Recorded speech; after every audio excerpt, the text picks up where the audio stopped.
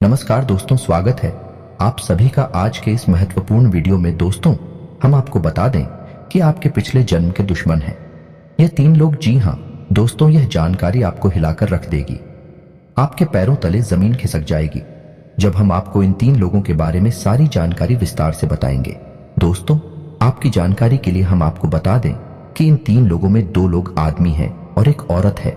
जी हां दोस्तों, आपको जानकर आश्चर्य होगा कि ये तीनों लोग इस समय भी यानी कि इस जन्म में भी आपके साथ हैं। जी हां दोस्तों, ऐसे में आपकी जिम्मेदारी बनती है कि आप इन 3 लोगों को अच्छी तरह से पहचान लें, क्योंकि प्यार और दुश्मनी यह 2 ऐसी भावनाएं हैं जो कई जन्मों तक इंसान का पीछा नहीं छोड़ती है। यानी आप समझने की कोशिश करिए कि जब कोई इंसान आपसे पिछले कई जन्मों से प्रेम करता आ रहा है तो इस जन्म में भी वह आपसे प्रेम किए बिना रह नहीं सकता। और ठीक ऐसा ही हिसाब दुश्मनी का भी होता है। दोस्तों, जब कोई इंसान पिछले जन्म से आपसे दुश्मनी करता चला आ रहा है तो इस जन्म में भी वह आपका भला किसी भी कीमत पर सोच नहीं सकता है। अब इसमें आपके लिए डराने वाली बात यह है कि चाहे आपने उस इंसान के साथ इस जन्म में कभी कुछ बुरा किया हो या ना किया हो, तब भी यह इंसान आपको चैन से जीने नहीं देगा। आपके खिलाफ लगातार षड्यंत्र करता रहेगा, आपके लिए तरह तरह की जाल बुनता रहेगा। कहने का मतलब यह है कि आपकी जिंदगी नर्क बनाने की पूरी कोशिश करेगा। तो ऐसे में यदि आप लोगों को पहचान जाएं जो आपके पिछले जन्म के दुश्मन हैं, तो आप इनसे थोड़ा सावधान रहना शुरू कर देंगे, इनसे थोड़ी दूरी बना लेंगे, जिससे आप आने वाली कई बड़ी मुसीबतों से भी बच जाएंगे और आपका जीवन सुंदर और सुख में बीतेगा। जी हां दोस्तों, तो बनी रही है वीडियो में हमारे साथ। वीडियो पूरा देखें, शुरू से लेकर अंत तक वीडियो का एक एक भाग आपको विशेष जानकारियां देगा। जी हां दोस्तों, एक बड़ा है अद्भुत और रहस्यमय ज्ञान आपको इस वीडियो को देखने के बाद प्राप्त हो जाएगा। साथ ही साथ दोस्तों, हम इस समय ग्रह गोचर के आधार पर आपके जीवन में क्या चल रहा है इस विषय पर भी आपको जानकारी देंगे। इसी के साथ साथ आपको यह भी बताएंगे कि वह कौन से 3 महत्वपूर्ण काम हैं जो आपको अभी जरूर करनी चाहिए, जिससे आपके घर में माता लक्ष्मी का वास हमेशा के लिए हो जाएगा और आपकी जीवन भर की गरीबी दूर हो जाएगी। इसी के साथ साथ दोस्तों, हम वीडियो के अंत में आपको एक ऐसा महामंत्र देने जा रहे हैं जिसका एक बार उपयोग करके आप यह पता लगा लेंगे कि आपके ऊपर किसी ने किसी प्रकार की तांत्रिक क्रिया की है कि नहीं की है। कोई टोना, टोटका या फिर नजर आदि की बाधा आपके ऊपर है या नहीं है। जब आपको यह पता लग जाएगा कि आपके ऊपर किसी प्रकार की बात है, तो फिर आप उन बाधाओं से छुटकारा प्राप्त करने के लिए भी कोई ना कोई उपाय अवश्य कर सकते हैं और इनसे छुटकारा प्राप्त कर सकते हैं। जी हाँ दोस्तों, वीडियो बेहद ही खास है और आपके लिए ही बहुत महत्वपूर्ण जानकारियां लेकर आया है। तो वीडियो को पूरा देखिए और वीडियो में दिए जाने वाले ज्ञान को अच्छी तरह से समझने का प्रयास करिए और इसे अपने जीवन में उतारने की कोशिश करिए। जी हाँ दोस्तों, से चली वीडियो की शुरुआत करते हैं, लेकिन इससे पहले आपसे एक निवेदन है। इनकी माँ दुर्गा के सच्चे भक्त माता को याद करते हुए कमेंट में जय माँ दुर्गे लिख दें तथा वीडियो को लाइक नहीं करते हैं। जी हाँ दोस्तों, माता की आपके ऊपर कृपा हमेशा बनी रहेगी। इसी के साथ साथ दोस्तों, आज का वीडियो शुरू करें इससे पहले आपसे एक निवेदन है कि कमेंट में जय मां दुर्गे रक्षा करो इस तरह से लिखें और सच्चे मन से भक्ति भाव के साथ माता को याद भी करें। दोस्तों, यदि आप ऐसा करेंगे तो मां भद्रकाली की कृपा आपके ऊपर हमेशा बनी रहेगी, आपका उद्धार होगा। दोस्तों, हम आपको बता दें कि आपकी राशि का स्वभाव कुछ इस प्रकार का है कि आप अपने काम से काम रखते हैं। दूसरों की जिंदगी में क्या चल रहा है इससे आपको कोई फर्क नहीं पड़ता है। इसी के साथ साथ दोस्तों, आप दूसरों की अक्सर मदद भी करते रहते हैं। जो भी आपके पास किसी प्रकार की मदद मांगने के लिए आता है, पैसे की मदद हो या फिर किसी अन्य प्रकार की मदद, आप खुले दिल से उसकी मदद कर देते हैं। तो ऐसे में आपको ऐसा लगता रहता है कि आपका तो कोई दुश्मन होगा नहीं, क्योंकि आप तो सबको प्रेम करते हैं और सबकी मदद भी करते रहते हैं, तो दूसरे निश्चित ही आपसे प्रेम करते होंगे। लेकिन दोस्तों, हम आपको बता दें कि यह आपकी बहुत बड़ी भूल है। जी हाँ दोस्तों, कुछ लोग तो है जो आपसे प्रेम करते हैं, आपका सम्मान भी करते हैं, लेकिन कुछ लोग ऐसे भी हैं जो आपसे जलते भी हैं। आपका स्वभाव, आपकी आदतें, आपकी जीवन शैली बहुत से लोगों को जलाती है। उनको बिल्कुल भी यह पसंद नहीं आता कि आप इतनी अच्छी तरह से अपने जीवन को कैसे व्यवस्थित करके रखे हैं। जी हाँ दोस्तों, लेकिन हम आपको बता दें कि आपकी राशि के जातकों का स्वभाव कैसा रहता है, कि आपके मन में कितनी ही तकलीफ है वो, लेकिन आप बाहर किसी को यह जताते नहीं है और हर इंसान से आप अपना दुखड़ा रोते नहीं है। यह बात अलग है कि जिन पर आप विश्वास करते हैं उन्हें अवश्य ही अपने दिल की बातें कभी कभार बता देते हैं, वह भी आप भावनाओं में बहकर कर देते हैं। लेकिन सामान्य तौर पर लोगों को इस बात का कोई एहसास नहीं होता कि आप किन तकलीफों से जूझ रहे हैं।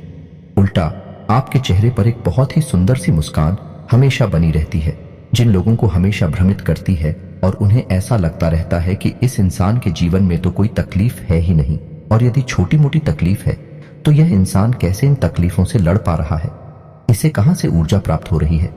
और इन सब बातों को सोच सोच कर ही लोग आपसे चलते रहते हैं। जी हाँ दोस्तों, और जब लोगों थोड़ा सा सावधान रहना है, बचकर रहना है दोस्तों। ऐसा नहीं है कि वह सीधे तौर पर आपसे दुश्मनी मोड़ लेंगे, आपसे लड़ाई करेंगे, लेकिन उनके कर्म ही कुछ इस प्रकार से प्रभावित हो जाएंगे, आपको नुकसान पहुंचाएंगे। जी हां दोस्तों को ध्यान से सुनिए। वृश्चिक राशि की महिला, क्या दोस्तों है आपके आसपास आपके रिश्ते में एक वृश्चिक राशि की महिला है जो आपको किसी न किसी रूप में हानि अवश्य पहुंचाएगी। हो सकता है कि उसने पहले भी आपको किसी न किसी प्रकार की हानि अवश्य पहुंचाई हो और आगे भी वह आपको परेशान ही करेगी। दोस्तों ऐसा नहीं है कि सीधे तौर पर वह आपसे लड़की या दुश्मनी मोल लेगी, लेकिन उसके कर्म ही कुछ इस प्रकार से प्रभावित होंगे। प्रकृति उन्हें कुछ इस प्रकार से तय करेगी कि आपको परेशानी उत्पन्न होगी। ठीक इसी प्रकार तुला राशि का एक इंसान है, आदमी है जो आपके अपनों में ही शामिल है और आपका पिछले जन्म का दुश्मन है। जी हां दोस्तों, आपको उससे भी थोड़ा सा सावधान रहना है। इसी प्रकार का सिंह राशि का भी एक इंसान है जो आपके पिछले जन्म का दुश्मन है। जी हां दोस्तों, अब आपको करना क्या है, जब आप अपने आसपास देखेंगे और आपको पता लग जाएगा कि यह इंसान है, तो फिर आपको उस इंसान के पिछले कर्मों को याद करना है कि जब जब वह इंसान आपके नजदीक आया, आपको किसी न किसी प्रकार की परेशानी अवश्य हुई थी, तो आगे भी आपके साथ ऐसा ही होने वाला है। यानी कि इन 3 राशि वाले इंसानों के साथ आपका बहुत अच्छा अनुभव नहीं रहा है, चाहे आपका इनसे रिश्ता कोई भी बना रहा हो, चाहिए आपके भाई बहन हो या फिर किसी और प्रकार के नाते रिश्तेदार, लेकिन आपका इनके साथ संबंध या अनुभव अच्छा नहीं रहा है। जी हां दोस्तों, ऐसे में आपका दायित्व यह काहे कि अब आप इन लोगों से सोच समझकर बर्ताव करें, ज्यादा से ज्यादा इनसे दूरी बनाने की कोशिश करें। हम यह नहीं कह रही थी आप इनसे दुश्मनी मोल ले ले या बिना किसी बात के झगड़े करें, लेकिन आप मन ही मन थोड़ा सा सतर्क रहें, क्योंकि यह इंसान जब भी जरूरत पड़ेगी पहले अपने बारे में सोचेंगे, आपके बारे में सबसे आखिरी में सोचेंगे। ऐसे में आपका नुकसान आवश्यक हो जाएगा। आपको किसी न किसी प्रकार की, चाहे वह आर्थिक हो चाहे वह भावनात्मक वोट अवश्य लगेगी। और हम आपको बता दें कि आप इन लोगों को सीधे तौर पर दोषी भी साबित नहीं कर पाएंगे, क्योंकि इनका ऐसा कर्म प्रकृति ने ही निर्धारित किया है और आपकी आत्मा पर बंधे हुए कर्मों को खोलने के लिए ही इन्हें आपके नजदीक इस जन्म में भी भेजा गया है। जी हां दोस्तों, ऐसा ही हमारे शास्त्रों में भी बढ़त है कि इंसान को कुछ तकलीफ है अपने पिछले जन्म के कर्मों से प्राप्त होती है, जिसे हम प्रारब्ध कहते हैं, और इंसान इस जन्म में जो कर्म कर रहा है उन्हीं के अनुसार अगले जन्म में भी उसके जीवन के सुख और दुख निर्धारित होंगे, जिन्हें अगले जन्म का प्रारंभ कहा जाएगा। जी हां दोस्तों, तो उम्मीद है कि आपको यह सारी बातें अच्छी तरह से समझ में आ गई होगी। अब हम आपको बता दें कि वह कौन से 3 काम है जो आपको अवश्य ही करने हैं, जिससे इस समय ग्रह गोचर के आधार पर आपके घर में, आपके जीवन में रुपए पैसे को लेकर तकलीफ है, दूर हो जाएंगे। जी हां दोस्तों, तो वह पहला काम हम आपको बताएं। आपको दिन में कभी भी, चाहे आपको जब भी समय प्राप्त हो, कुत्ते को रोटी अवश्य खिलाना है। जी हां दोस्तों, यह आपके लिए बहुत ही आवश्यक है, क्योंकि आपके ऊपर चाहे अनचाहे पितृदोष लग ही जाता है। आप चाहे कितने ही उपाय कर ले, लेकिन पितृदोष से आपको मुक्ति प्राप्त नहीं हो सकती है। ऐसा आपका कुछ प्रारब्ध है, तो इसके लिए आपको कुत्ते को रोटी अवश्य खिलानी चाहिए। न केवल इन 3 दिनों तक, बल्कि जब भी आपको मौका लगे आप कुत्ते को संतुष्ट करें। इससे आपके मित्र पूर्वज शांत हो जाएंगे और आपके जीवन की बाधाएं भी समाप्त होगी। और दूसरा कार्य कि आपको अपने घर के उत्तर पूर्वी कोने में, जिसे हम नॉर्थ ईस्ट कॉर्नर कहते हैं, उस कोने में हरे रंग का एक बल्ब जलते छोड़ देना है। या दोस्तों 24 घंटे इस बल्ब को आप चालू करके छोड़ देंगे। इससे बचना नहीं चाहिए। ऐसा आप क्यों करेंगे? क्योंकि यदि आपके घर में किसी भी प्रकार का वास्तु दोष है तो वह आपको जरूर परेशान करेगा, आपके जीवन में तकलीफ है खड़ी करेगा। तो आपको वास्तु दोष से मुक्ति प्राप्त करने के लिए यह उपाय करना होगा।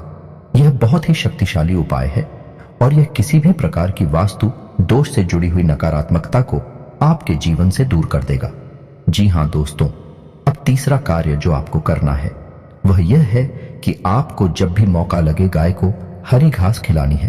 अगर बुधवार के दिन खिला सकते हैं तो सर्वोत्तम होगा, क्योंकि ऐसा करने से आपके आमदनी के स्रोत बढ़ेंगे, आपका बुद्ध मजबूत होगा।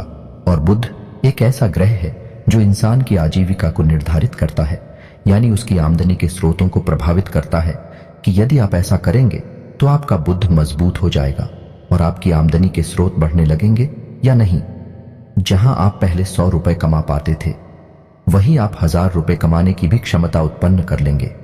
जी हां दोस्तों, अब सुनिए कि आपको हम बताएं कि यदि आपके ऊपर किसी प्रकार की तांत्रिक बाधा है, नजर दोष है, तो आप उसे कैसे पता लगाएंगे और उसे कैसे मुक्ति प्राप्त करेंगे। ये दोस्त दोनों ही कार्य आपके इस एक उपाय करने मात्र से पूर्ण हो जाएंगे। तो आपको क्या करना है, आपको एक नींबू लेना है और याद रखें कि आपको यह कार्य अपने घर के बाहर करना है, अपने घर में नहीं। और यदि कोई चौराहा है तो वहां सर्वोत्तम स्थान है। रात्रि के समय यह उपाय करें। रात्रि में ऐसा समय हो जबकि लोगों की आवाजाही नहीं हो, रोड सुनसान हो, खाली हो। ऐसे में आपको यह उपाय करना है। तो आपको क्या करना है कि एक नींबू लेना है, एक चाकू लेना है, उस नींबू को आधा काट लेना है। नींबू के दोनों भाग अलग अलग नहीं होने चाहिए, उन्हें एक दूसरे से जुड़े हुए होना चाहिए। जी हां दोस्तों, अब उस नींबू के अंदर आवश्यक लोगे हंसा देंगे। जी हां, दोस्तों के साथ लोगे। आपको उस नींबू में कटे हुए भाग में गाड़ देनी है। उन दोनों कटे हुए भाग हो, आप एक दूसरे से फिर से चुप खाएंगे। उसके बाद अपने ऊपर से उल्टा 7 बार फिरेंगे। उल्टा 7 बार फिरने के बाद आप उस नेको को फेंक देंगे। यह दोस्त तो उस नेको को आपस चौराहे पर फेंक देंगे और उसके बाद सीधे घर वापस आ जाएंगे, पीछे मुड़कर नहीं देखेंगे। अब इस प्रक्रिया के दौरान आपको एक मंत्र लगातार बोलते रहना है। अपने मन ही मन इस मंत्र को बोलते रहना है। मंत्र थोड़ा लंबा है, लेकिन यह बेहद ही शक्तिशाली है और दुनिया की कितनी ही बड़ी बाधा क्यों ना हो, उसे एक ही क्षण में समाप्त करने की शक्ति रखने वाला है।